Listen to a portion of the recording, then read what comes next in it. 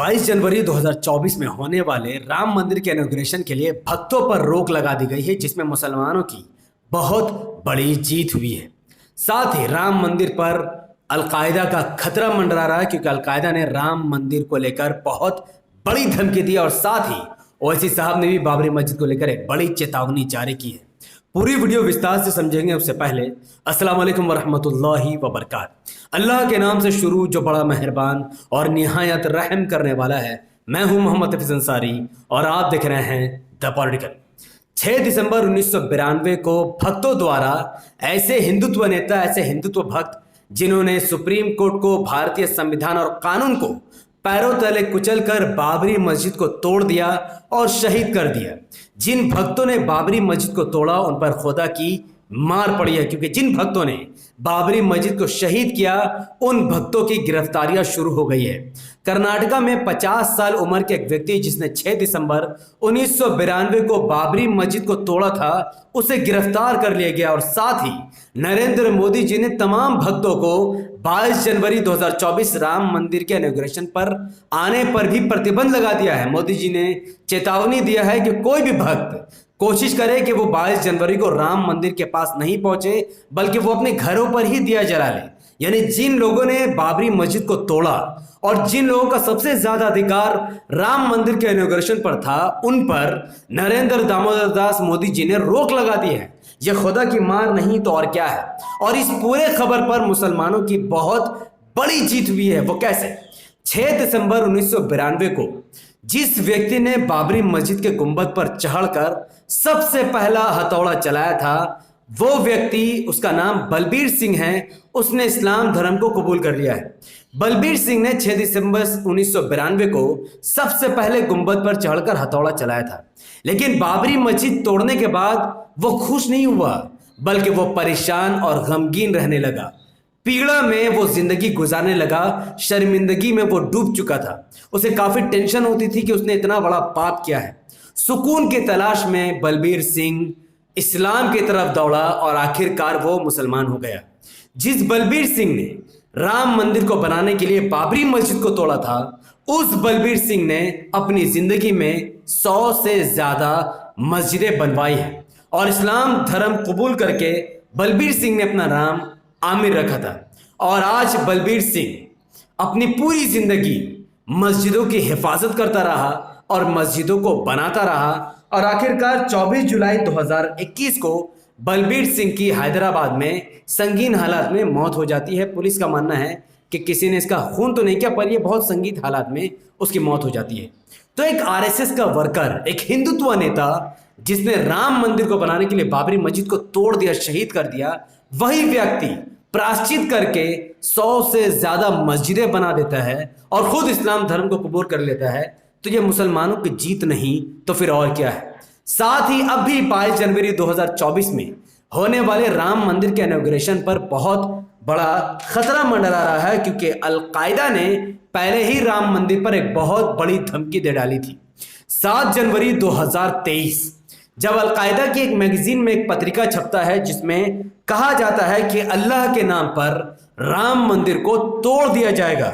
उस पत्रिका में यह भी लिखा था कि जिस तरह खाना काबा में 1400 साल पहले 360 मूर्तियों को तोड़ दिया गया था, उसी तरीके से राम मंदिर को भी तोड़कर एक बार फिर से वहां पर बाबरी मस्जिद की संगे बुनियाद रखी जाएगी।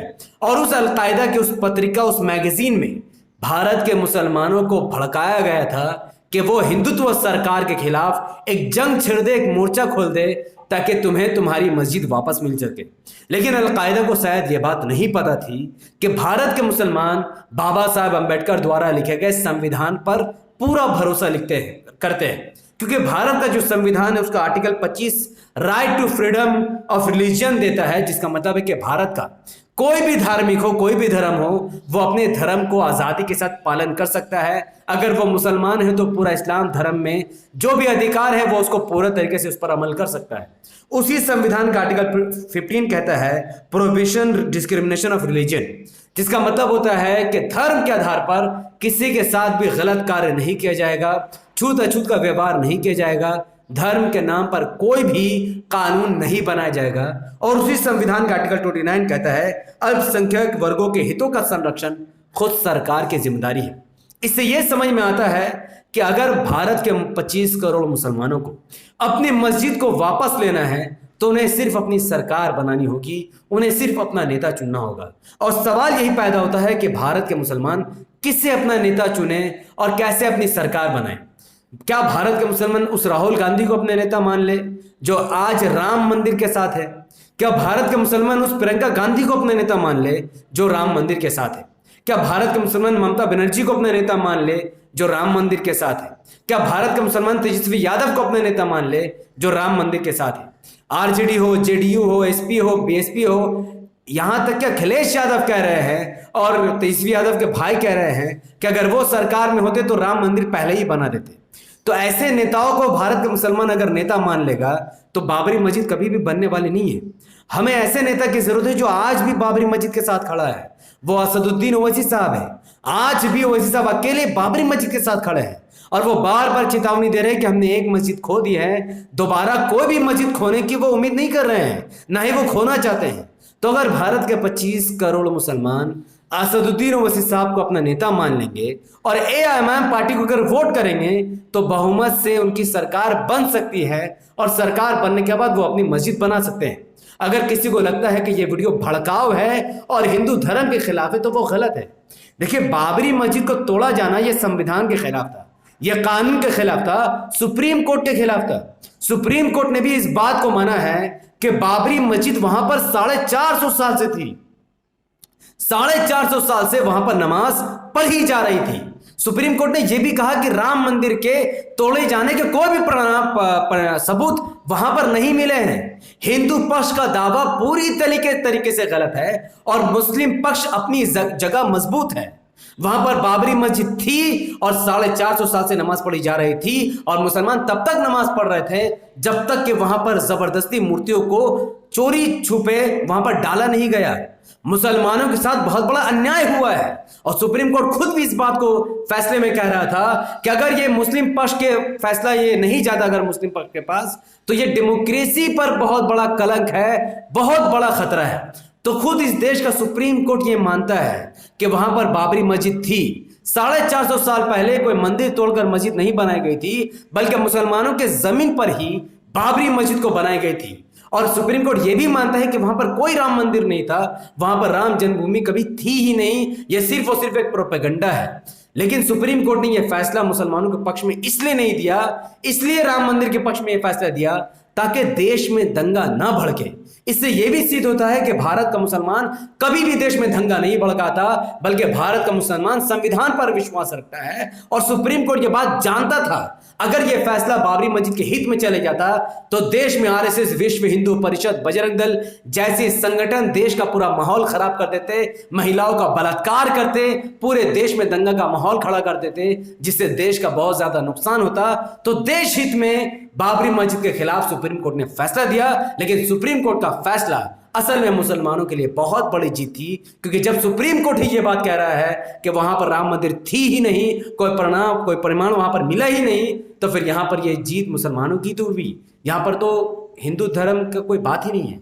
तो जिस देश में रहने वाले 80 करोड़ हिंदू, जिसमें से मुट्ठी बराबर हिंदू ये मानते हैं कि वहां पर बाबरी मस्जिद नहीं होने वाली थी, लेकिन आज पढ़े लिखे हिंदू भी ये बात मानते हैं कि वो बाबरी मस्जिद की जमीन थी और उस मस्जिद में जबरदस्ती राम मंदिर का बनाना हिंदू धर्म का अपमान है और लोग ये अपमान करना शुरू कर चुके हैं।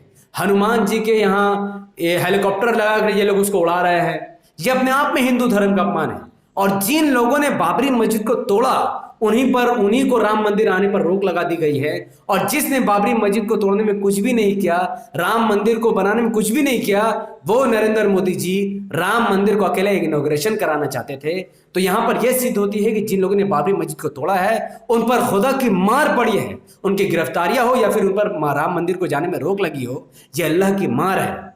और जिन मुसलमानों के खिलाफ यह फैसला आया और जिनकी मस्जिदें छीनी गई है, एक मस्जिद की जगह 100 से ज्यादा मस्जिदें उस व्यक्ति ने बना दी है और वो खुद मुसलमान हो चुका है। तो ये राम मंदिर और बाबरी मस्जिद के इस पूरे मामले में मुसलमानों की बहुत बड़ी जीत हुई है। अब वैसे जिसको भी लगता हो कि इस पूरे मामला में मुसलमानों की बहुत बड़ी जीत है और भारत के मुसलमानों को वैसी साहब का साथ देना चाहिए, तो वो इस वीडियो को लाखों लोगों तक जरूर फैलाए। यूट्यूब का एल्गोरिथम कहता है कि जब लोग किसी वीडियो पर लाइक करते हैं, उसके लिंक को व्हाट्सएप, फेसबुक, इंस्टाग्राम पर शेयर करते हैं और अपनी बातों को धड़ कमेंट पर रखते हैं, यूट्यूब ऐसे वीडियो को लाखों लोगों तक पहुंचा देता है। तो इस वीडियो को लाइक कीजिए, इसके लिंक को व्हाट्सएप, फेसबुक, इंस्टाग्राम पर शेयर कीजिए और अपनी बातों को कमेंट पर रखिए कि आप हिंदू या मुसलमान, आपका क्या मानना है कि वहां पर वापस से बाबरी मस्जिद बननी चाहिए या फिर राम मंदिर का फैसला सुप्रीम कोर्ट का सही था।